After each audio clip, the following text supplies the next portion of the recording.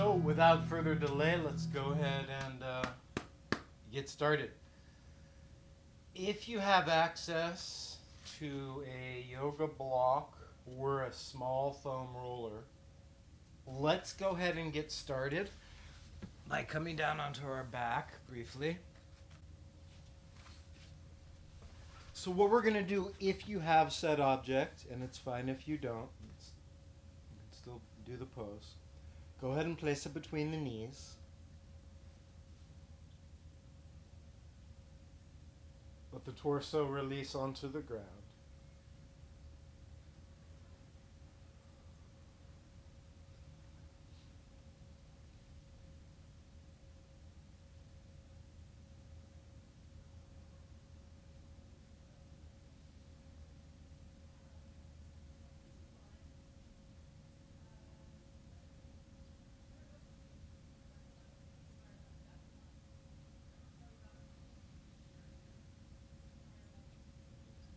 And if you haven't already, go ahead and place your hands somewhere on the space where your ribs and your belly overlap.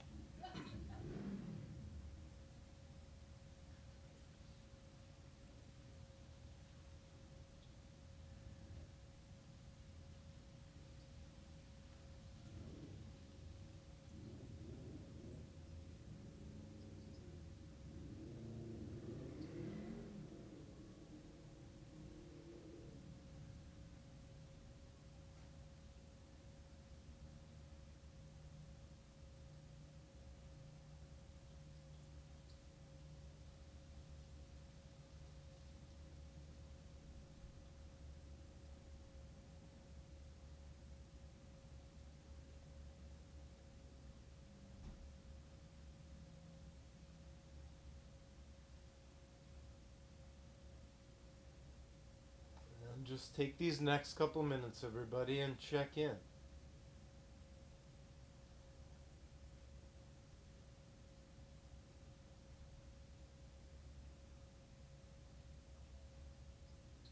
How does your body feel?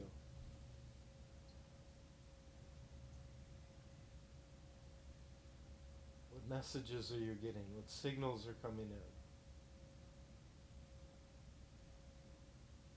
What's the feeling tone of your body, and to some degree even of your psyche?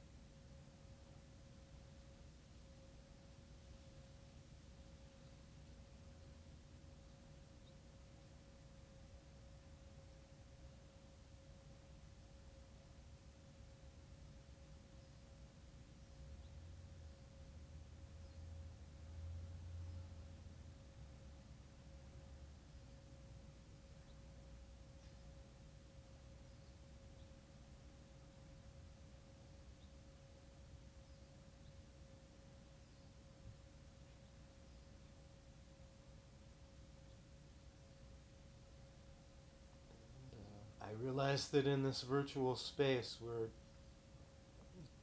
sometimes toggling between paying attention to the screen and also then to our own internal responses. But just for the last 2 minutes here, really tune inward. Nothing to see on the screen for the moment. And center your attention with breathing sensations.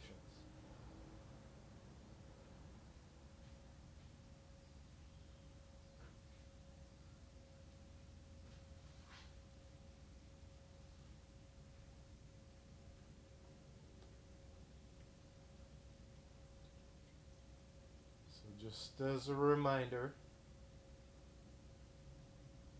it can seem like virtually nothing's happening, but we've set ourselves off into a purposeful shape, a deliberate position for your hands, We've set an intention to take our attention to breathing sensations.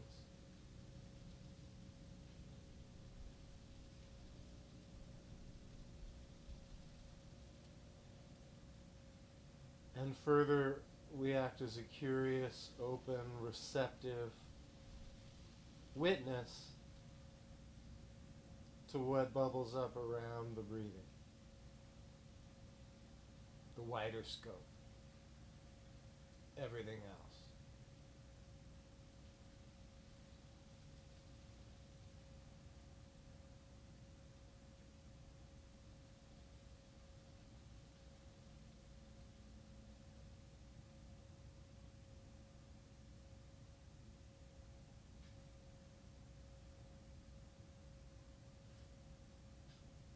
Steady, easeful asana.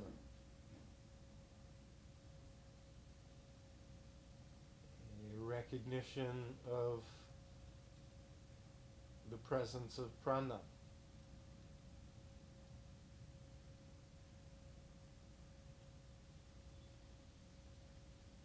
The practice and experience of pratyahara, turning the sensory doorways inward.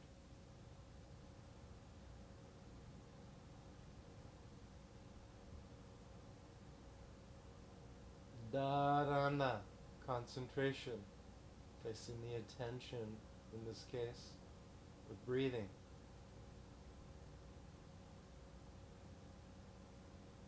And dhyana meditation, that wide, ever-present witness that takes it all in.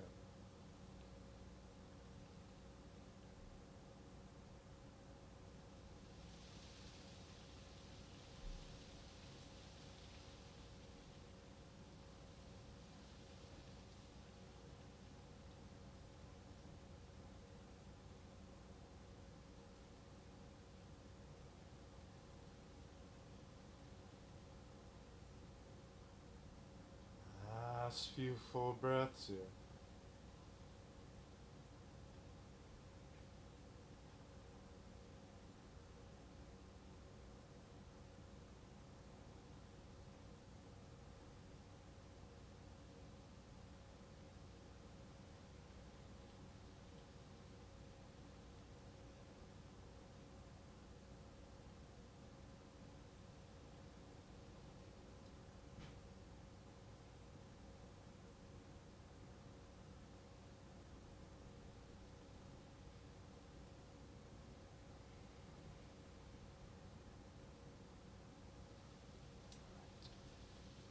Okay, everybody, so I'm going to shift into a little more screen focus for a second. So, that felt really good. Goodness. So, what we're going to do is just take the feet a little wider. If you're still working with block or, I'll just say any prop there, keep it. Feet are going to go wider, knees are going to stay like TP'd into the prop. And if you're without prop, maybe your knees are just going to be together. We're going to reach both arms up. Take the hands into soft little kind of domes and just rotate.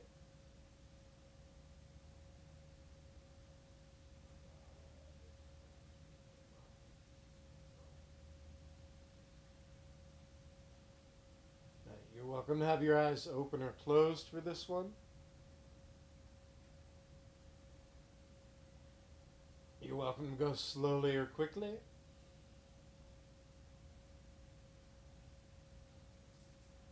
You can let your arms really fall as much as they're able to into your sockets. Conversely, you could push your arms up a little more. But rotating.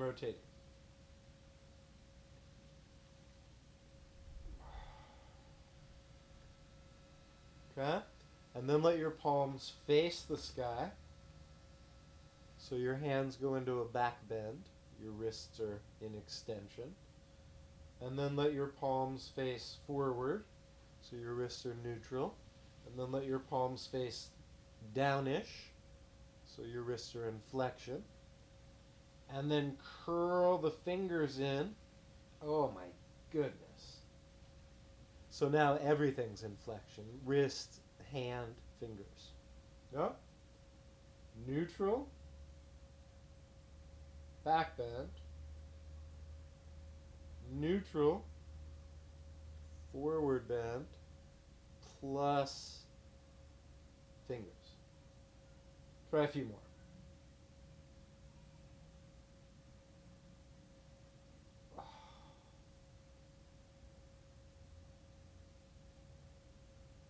Oh my God, that is intense.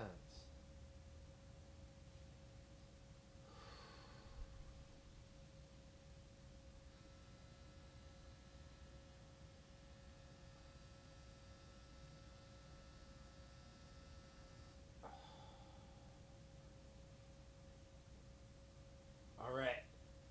Shake it out.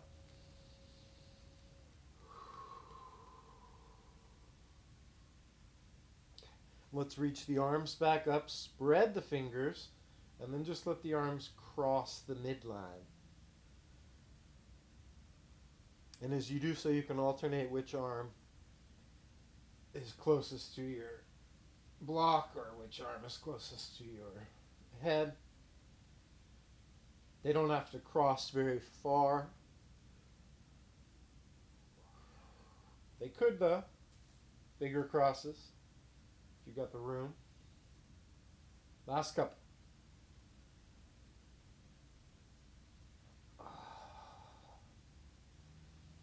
Okay. And then release that. Then please open the arms like a cactus shape, kind of like a little bit like a W. A little bit like two L's. The W, the elbows are in tighter. The L shape, the elbows are basically straight out from the shoulders. So either variation's okay. Wow. It's been too long since we've cooked in this guy. So, you all with me? All right. Forearms are trying to release back and down.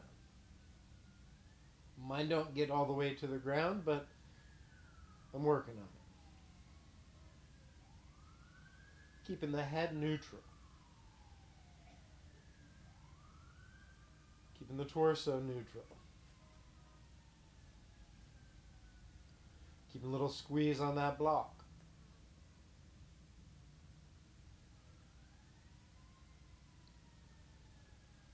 Now, if you're in the position where your forearms in the back of your hands and 10 fingernails can all rest on the ground here, awesome.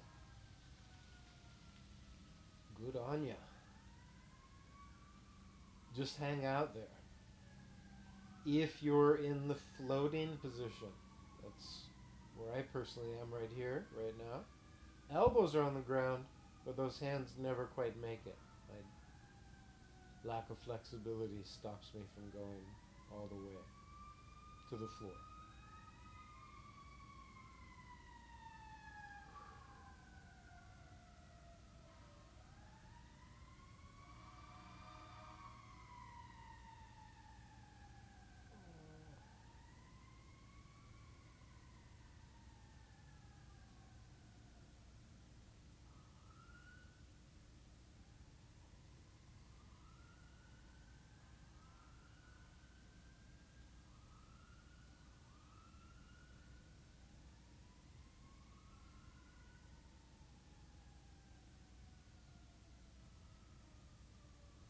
So now from here, everybody, we're going to keep the elbows essentially where they are. They might rotate or move a tiny bit, it's no problem. But you're going to let one arm, and hence one shoulder, rotate inward, downward, forward, so that this cactus arm points in the opposite direction. Instead of palm up, fingers facing your head, it's palm down, fingers facing your feet. And then switch.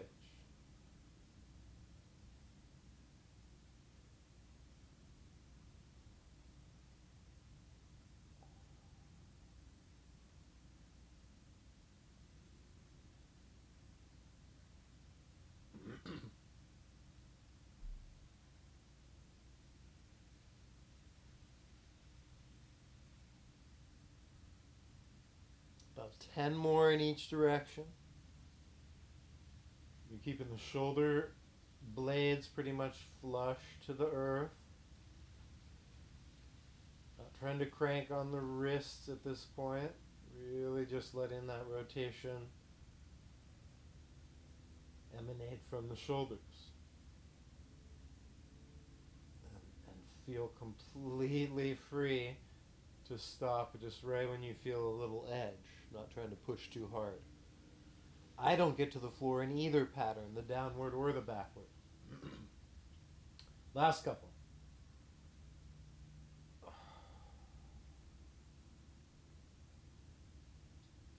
Oh, yeah, that feels so good. All right. Let's release that, everybody. I promise we'll get off our back soon. But not quite yet. Let's reach both arms up to the sky. And then lower one arm toward your feet and lift one arm along your ear.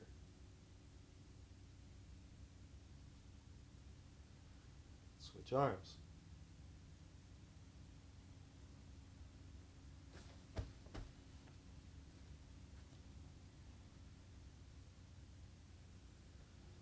Then begin to let the head turn toward the down arm.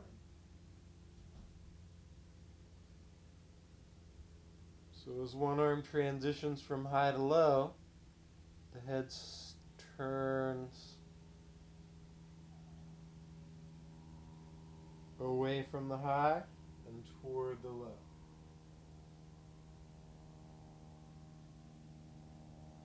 Couple more.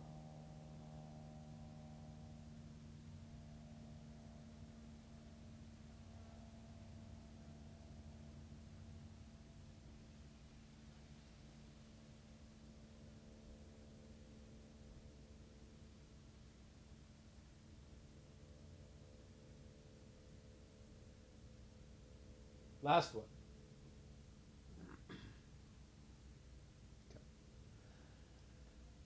Then please come back to the center with your head and with both arms.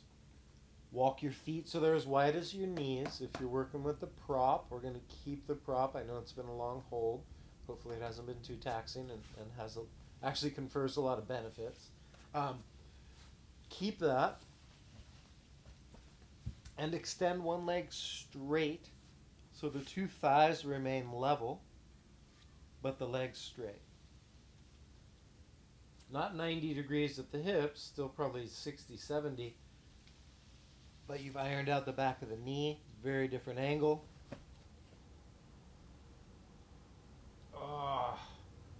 And switch. And you can do this with legs squeezed together, but there is something kind of nice about having that prop to refer to. And to have to squeeze into the whole time. 6 more per side.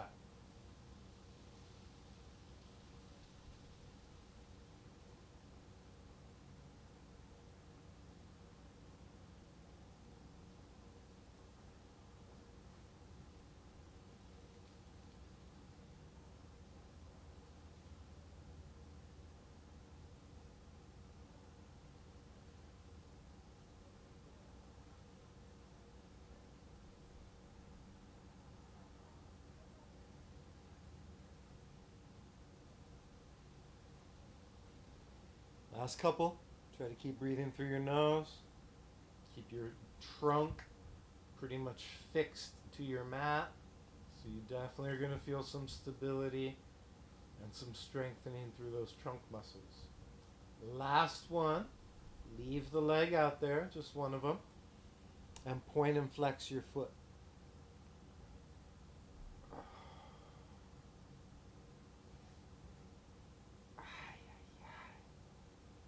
Okay. Release. Last one. Leave the new leg out there. Point and flex your foot.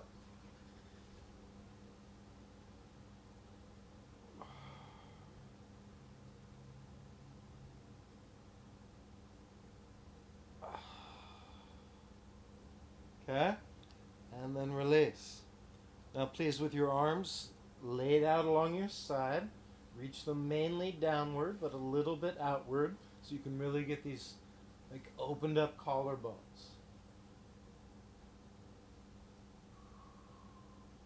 Press your feet strongly downward into the earth.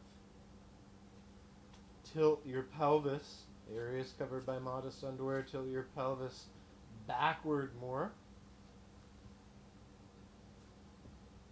So you get a little even more flush to the ground. And then really squeeze your glutes and lift into a very robust but low to the ground bridge. And then lower her down.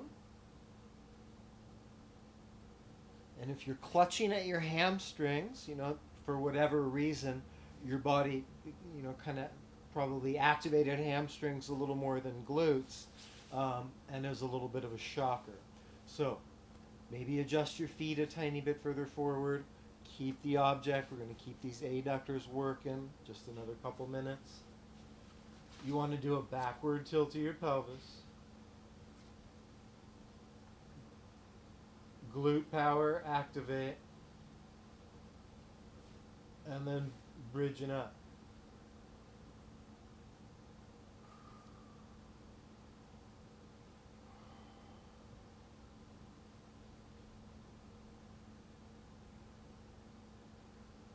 I don't know about y'all, but on those old Saturday morning cartoons when all like the superhero crew would get together, for whatever reason there were those Wonder Twins. They always seemed pretty like, I don't know, not so impressive. But they did have that Wonder Twin powers activate. So you want your glutes to be like the Wonder Twins.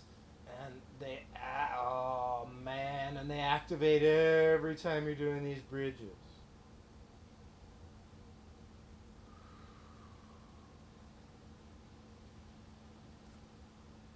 Four more, everybody. We're trying to get to, somewhere between 8 to 12 reps. Just kind of allotting for different speeds out there. With adduction.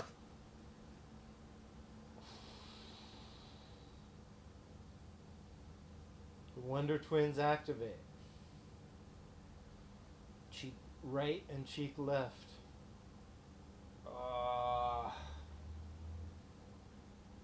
And then come on down. Last sequence of bridging. Let's put the last two exercises together. You guys probably know what's coming. One leg forward. Bridge.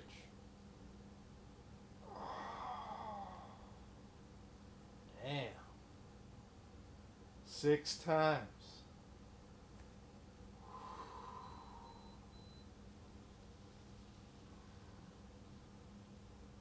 Wow.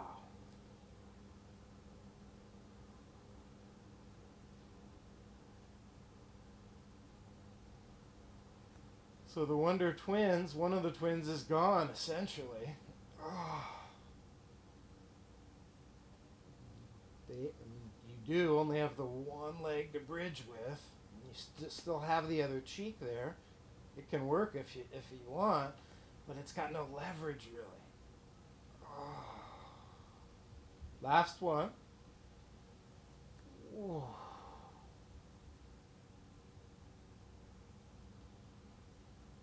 And then, oh my goodness, those are so good. 6 on the other side, everybody. So it's bridge plus one-leggedness. And I mean, you kind of want it to take you to the max. So I'm not going to say bail on it if it's hard. Still do it if it's hard. But if you literally can't do it, then either you're bridging or you're one-legging and you're just doing, one of those pieces. Otherwise, 6 times. Many of you are already on your way. Maybe 2 or 3 reps in. You're working a single leg bridge.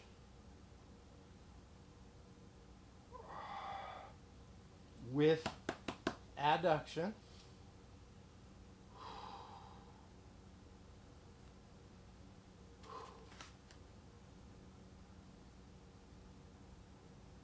Last go.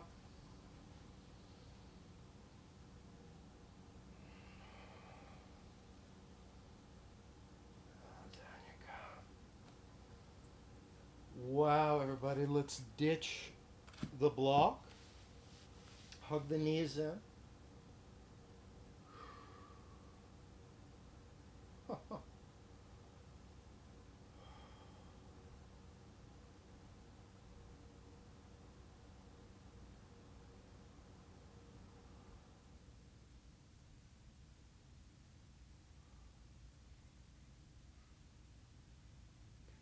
We're going to rest 2 flat feet on the floor. We're going to cross the right leg on top, figure 4. I have the needle, pigeon, so many different names for basically that same leg cross. And whatever leg is on top, you're going to twist in that direction. Or sorry, the leg that's on top, you're twisting the opposite way. So I've got right leg on top, I'm twisting left until that top leg foot hits the ground. Now, for me, at the moment, just feeling a little tension in the back. I mean, not bad, but the shoulder doesn't quite release onto the floor with this foot down. I suspect most of yours probably will. There she goes. And you just hang out here. 10 slow, deep breaths.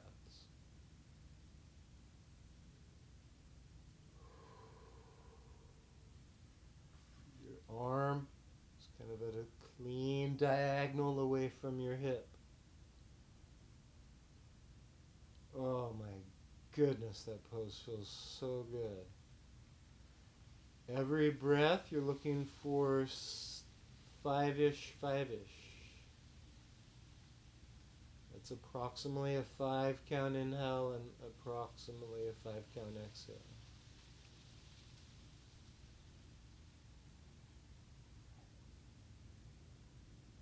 Now this left hand has 3 viable places you can hang out, draped across the ribs as breath enhancement, i.e., tune in even more to the sensations of breathing, especially in your ribs. And the other thing you could do with your hand, is make a tiny little adjustment in your crossed leg. You could encourage more external rotation, push the leg that way toward left foot, or you could do a little bit more internal and a little more twist and pull this way toward your shoulder. So to reiterate, left hand can manipulate hip in 2 distinct ways. Left hand can just hang out.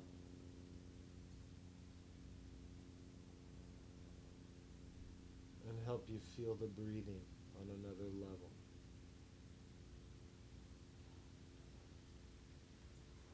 So to transition,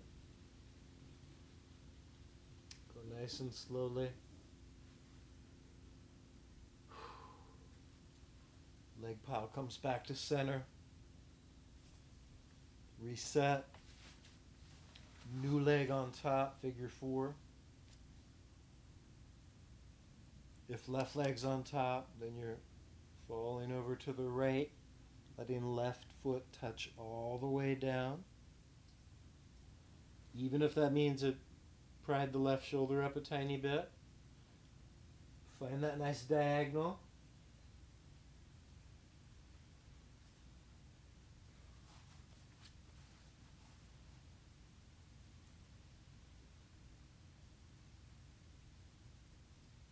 And we're looking for about 10 breaths on a 5-5 count.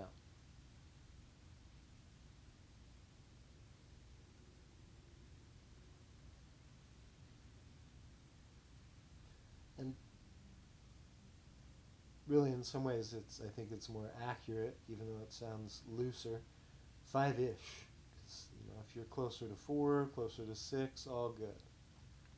Just what feels like relatively slow breathing. Balanced breathing.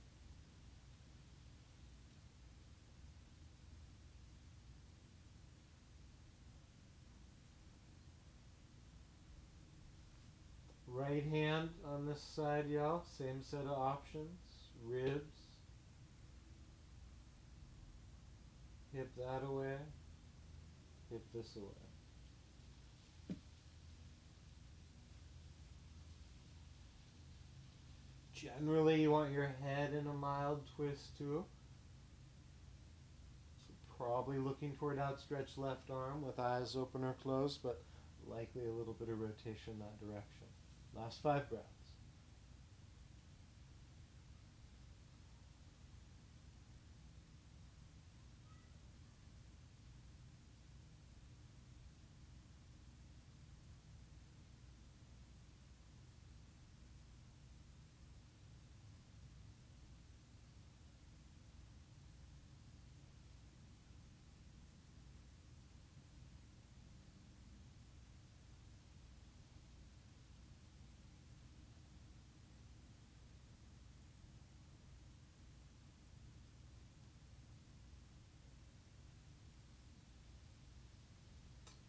Gently, easily, slowly, everybody.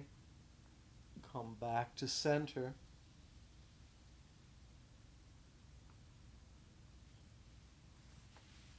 Uncross the legs. Let's one more time. Flex to Apanasana.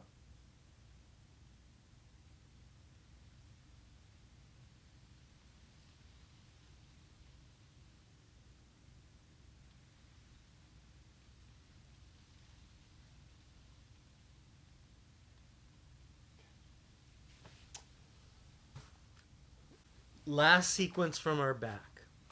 It is definitely nice to have something to use as a contact point between hands and knees in this exercise. So the yoga block, a foam roller. And I don't expect you to just, have this a foot behind you.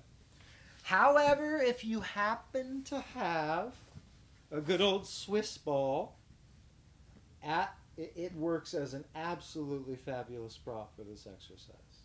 So, assuming you don't have one, I'll show you with it basically what would be a yoga block, kind of like this, or a foam roller. Yeah? So,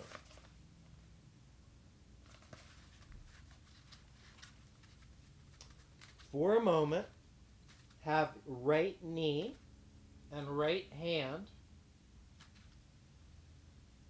both contact your prop. And just feel it.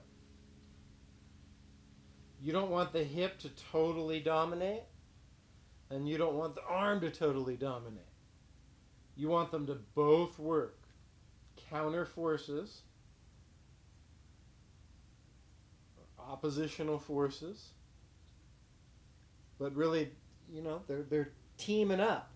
They're teaming up to provide strong, stable core muscles. It should be pretty clear. And release. Opposite side. So you've got a tabletop leg and basically a straight up and down arm, although it depends on how big your object is, your prop. Your lower body trying to draw in and out. Your upper body trying to flush down. The core stays tight.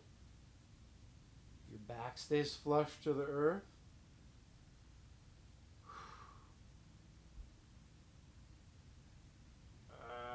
And release. Now let's try to go all 4.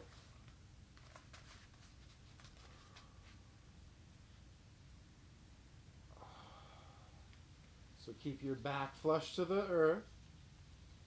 Tuck your chin. Trunk stays tight, moving toward hips.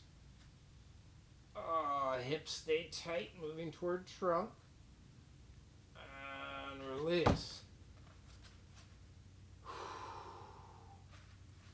That should feel like it's a pretty fair amount of work. Real quick, just in case anybody's got access to the Swiss ball, let's try that all fours one more time. So it's a press from the top. It's a press from the bottom. Those presses meet each other. Your core should be absolutely cooking during this. Now maybe you could do a diagonal. A left arm and a right leg. Oh, and come back to the core. A right leg and a left arm. Come back. It's really good with the Swiss ball, y'all. But assuming most of us probably don't have that, just coming back to here, making sure we're together. So if you're here, you do a diagonal. If you're here, you do a diagonal. So please try a couple more. Play with it. You know, if your block is, you're just using a yoga block, sometimes it's a little challenging to hold it. At any given moment of extension, you're holding a right on a left limb and you're reaching a right on a left limb. You're holding a right on a left limb and you're reaching a right on a left limb.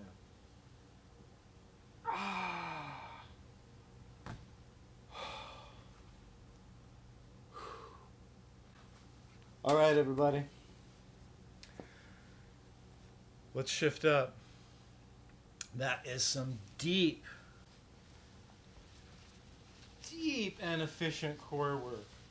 So it's taking a pose, the dead bug, which I know it's just a terrible name,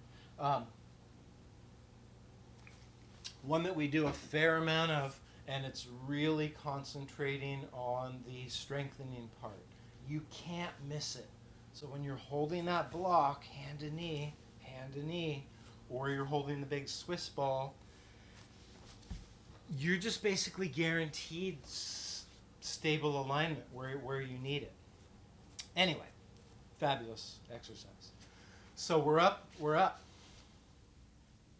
made it.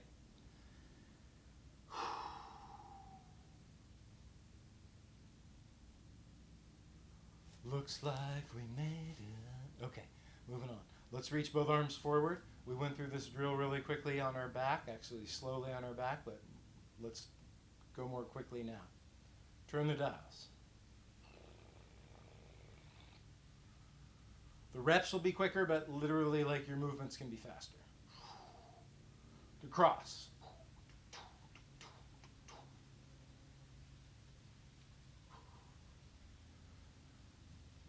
We missed it on our back, the drum.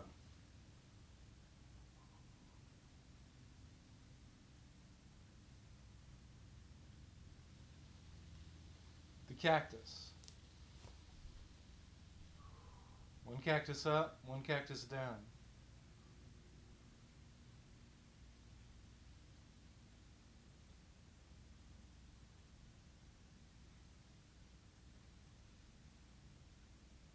Awesome. Forward. And we did all the way up and down. And then we added to the all the way up and down, head away from the high arm, head toward the low side.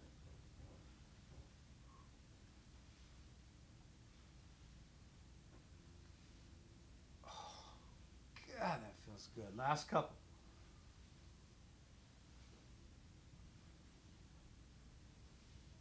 Awesome. Let's come back. Let's reach one arm out. Supinate the hand so you can hold something on your palm. Tilt your head toward it.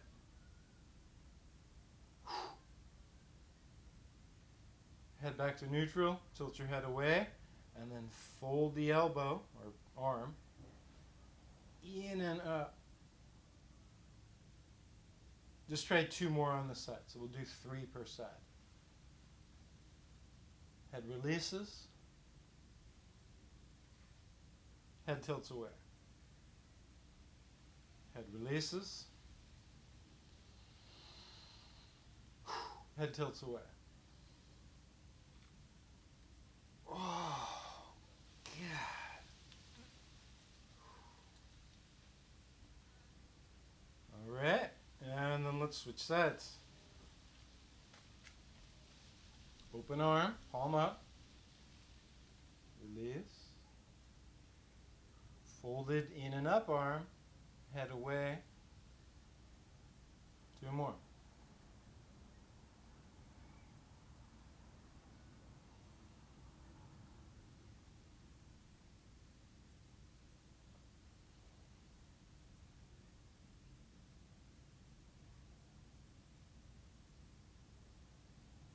Last one.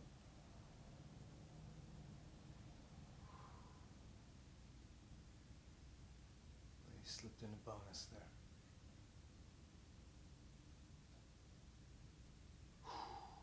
Oh, that's good. All right, everybody. Let's come to that C-star shape. So you're going to take relatively wide stance with your feet. Let's say about as wide as where your elbows would go and your arms are out. You can pronate the hands so they're facing down. Squeeze your butt. Stabilize the core. Feel the rib cage stabilize. Obviously the muscles around the ribs. 5 big breaths here.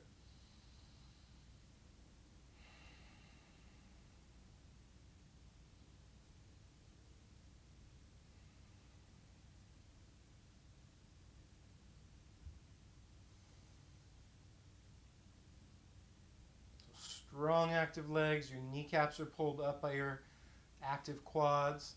Inner thighs are working, even though there's some width there between the legs. It still feels like there's kind of some strong tension or some flexible tension, some dynamic tension. And torso's active, especially the front.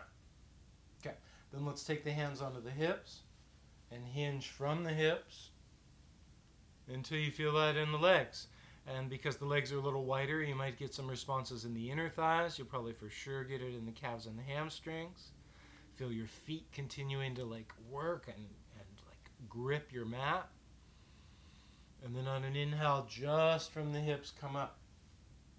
We'll try that 4 more times. So simply a hip hinge. It's kind of a variation of Uttanasana, or a variation of what some movement folks refer to as good mornings, which is just this one particular PT, I think, that worked for a long time with some bicyclists and Armstrong, and came up with these simple movements to just like keep your spine in extension, so not like you're rounding over a bike, and only hip hinge. Right? So 3 more times. It's actually a great, great exercise. So your spine's moving as one singular unit, hinging off your hips. That's the whole idea.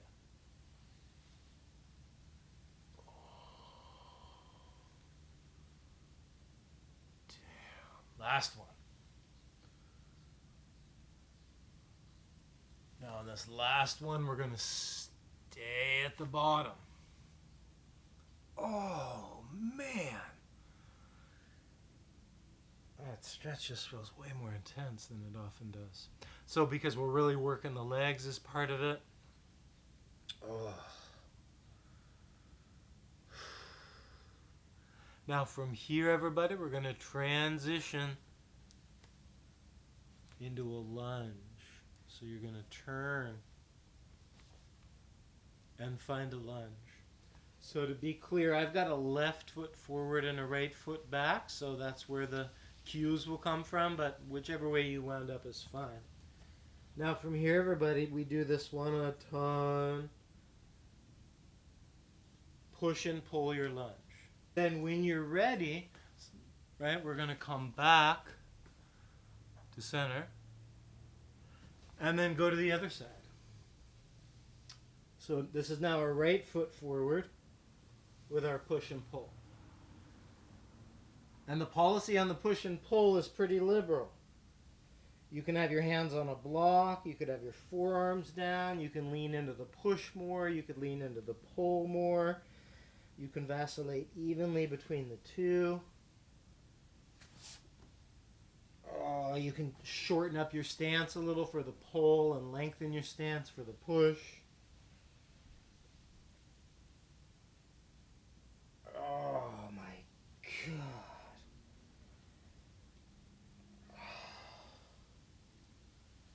All right.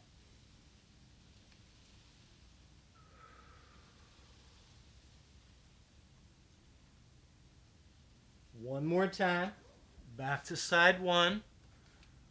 Mindful transitions as you spiral all the way to the new side. So to be clear, we're round 2, side 1. Now find a nice stable version of the lunge where it feels like your back leg and your front leg are both working. Then prop your hands up onto your front thigh. Couple things here, everybody. Your front leg, let it cue slightly out towards your little toe. Just a little bit. Your back leg, let it turn in slightly, more towards your big toe.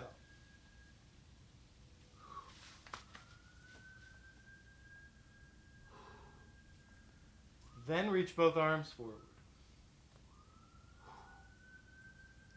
Then keep the right arm, or whichever one matches the back leg, keep it along your ear and reach the other one down along your tail. It's one of my favorite lunge shapes. Couple big breaths here.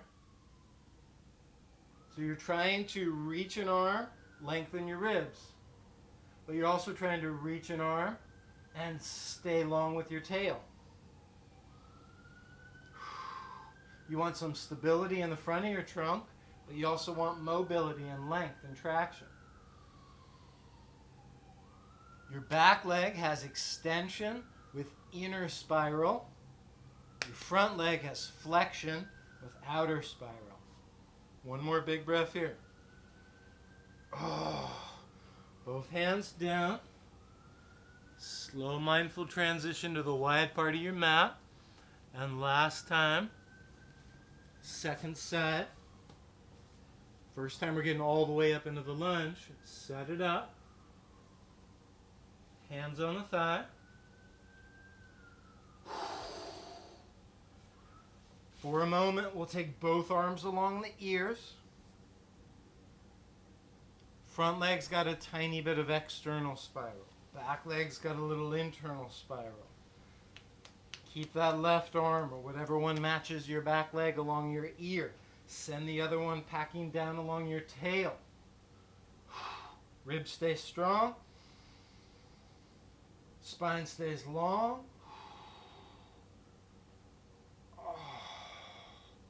One more full breath here.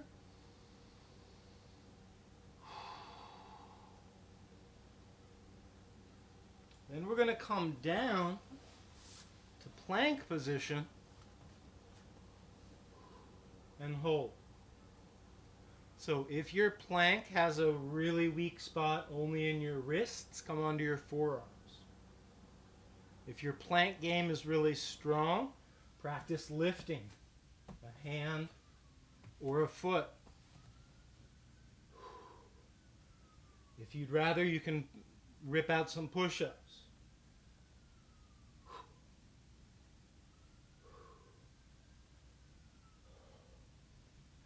And then everybody, let's come down onto the knees. Get a stable tabletop, also known as a stable top. Okay. Remember to cut that. Terrible joke. All right. I might leave it in. All right. So from here, everybody, we're going to tuck toes. Hands are under shoulders. Knees are under hips. This one's juicy. Come just off your knees. Lift one foot. Slowly straighten that leg behind you.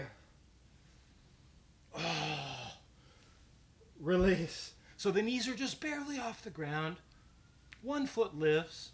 That leg straightens. Come back. Release. Sort it out for a second. So if you need to shake it out. I don't think I've ever taught that exact move. So I know tons of times, many times, we've been in tabletop with knees on the ground and we've taken a limb out.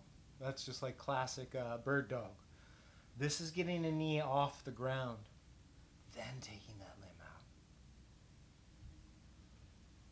With the opposite knee, also off the ground. One more time per side. This guy's juicy. Knees barely lift. So your back still looks like a table. One leg tries to straighten. Your hips might have to lift a little bit just because it's so intense on the leg, not only that straightens, but the leg that stays in table. Oh, man. That's so good. All right, everybody. Let's come to a seat. Let's post up the hands just behind the shoulders or behind the hips. Post up on the feet.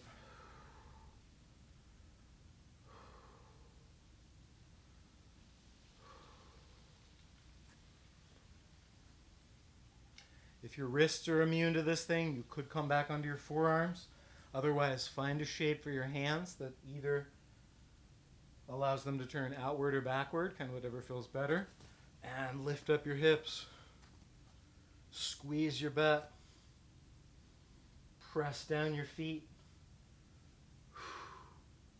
Tilt your pelvis more backward. Oh, and down you come. Let's try that one more time. Then we're bringing her all the way down. Bent knee Purvottanasana. Up you come. You want sufficient strength in your arms, but you really want to hold this with your midsection and your butt. So Wonder Twin powers activate again. And really fire the right and left cheek.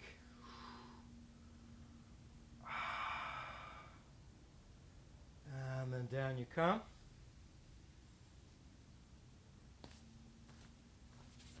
And please roll onto your back. And from there, much like we did in the beginning of class, but without a twist, take your right leg on top, figure 4. But draw in. Oh.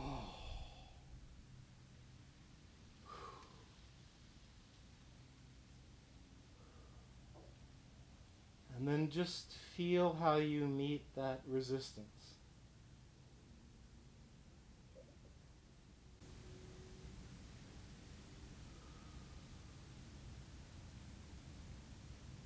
And do you want to divide it? Or do you want to multiply it?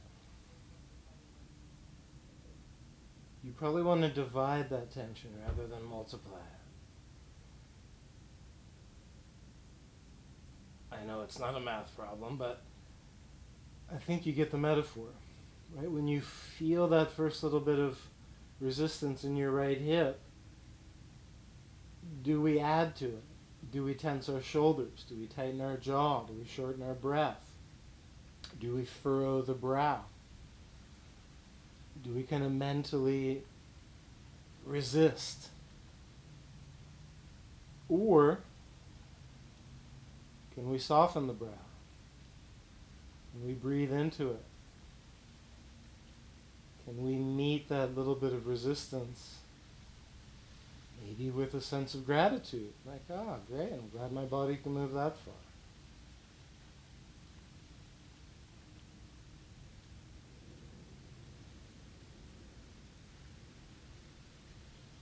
And it changes the quality of it.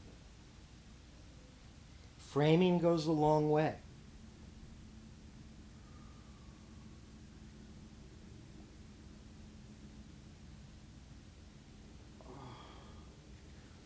So let's, oh my God, that feels good. Let's slowly switch legs. Hug in.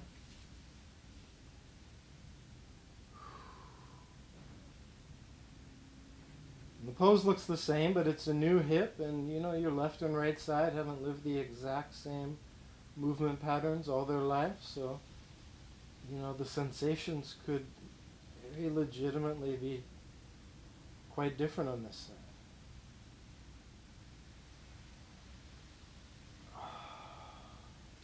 But we can still work on how we respond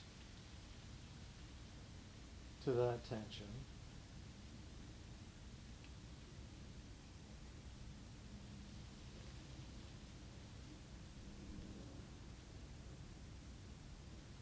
Soften where we can in all those secondary and tertiary spots in the body.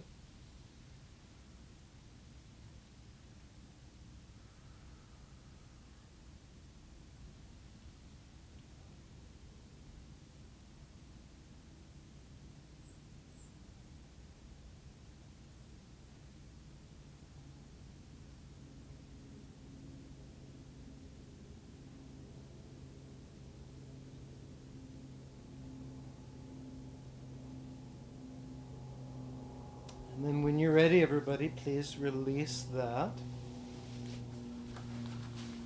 Oh, my goodness.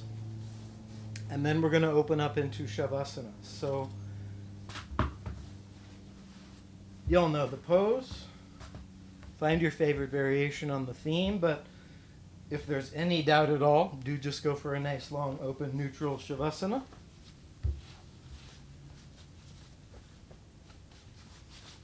If you know your body's far better off with calves on a chair, that's fine. But we did, kind of a lot of tabletopping actively today in this session, so just find a nice, open, neutral corpse if that suits you.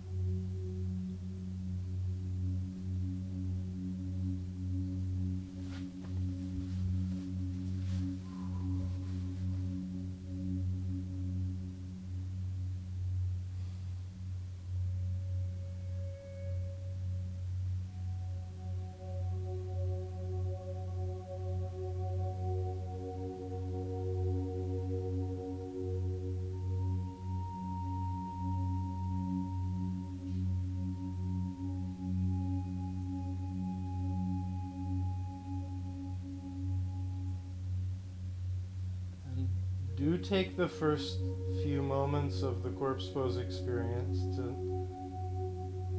mindfully set your pose. Sometimes it takes a little squirming and fussing and adjusting, and sometimes it's just right there. I don't really feel like I need to make a single adjustment. But I'm tuning in to just how neutral and balanced and comfortable and peaceful the whole thing feels.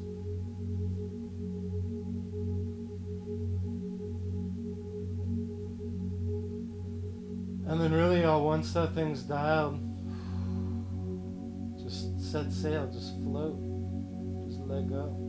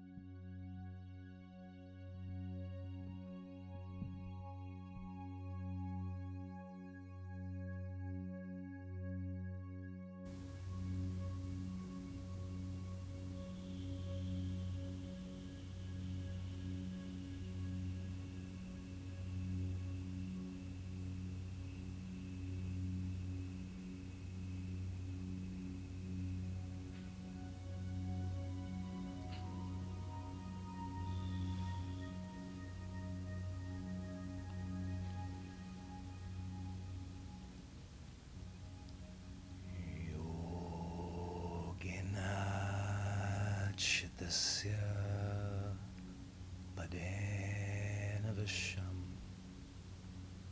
malam shirasya savadyakena yopa karutam pravunam muninam patanjalim pranjaliranatosmi bahu parushakaram shanka chakrasidarinam sahasara shirasham svetam pranamami patanjalim hare om hare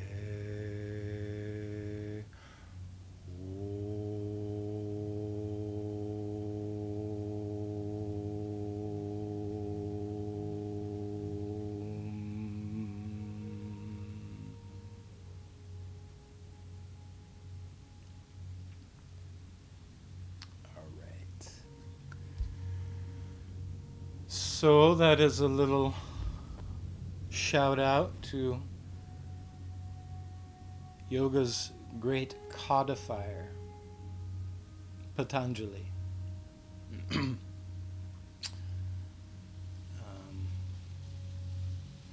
He was thought to have lived somewhere around 2,000 years ago, give or take a couple hundred years on either side.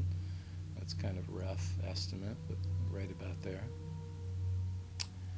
And it's highly probable that he was collecting and writing down short, terse statements called sutras about a yoga practice that was already in existence. It seems unlikely that it all came from his head. But the writings are clear. They're short and terse, so they're meant to be elaborated on. So in some ways they can easily be expounded upon. But there it is, in writing, several thousand years ago, yoga. And its eightfold path, in which asana is the third of 8 elements. Pranayama, or breathing exercise, is the fourth of 8 elements. Pratyahara, that inward turn, those sensory doorway shifts that we worked on in the beginning of our session, that's limb 5. Dharana, concentration, single-pointed attention, that's limb 6. We worked on that. Dhyana, wide open mind, more meditative attention. We worked on that. Samadhi, moksha, sort of full body, full mind enlightenment, just total contentedness. Eudaimonia, to use the Greek term, that's limb 8. Anyway. So, if you haven't already, please come back to a seat. And just in closing, reconnect to your breath one more time.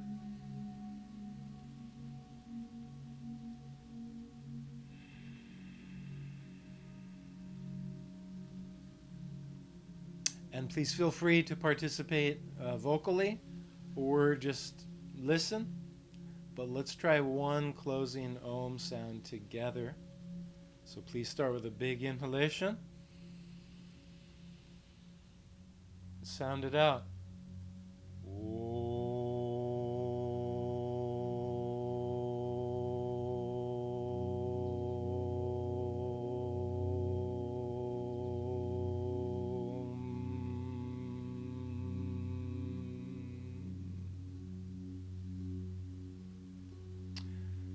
Thank you for connecting over the interwebs.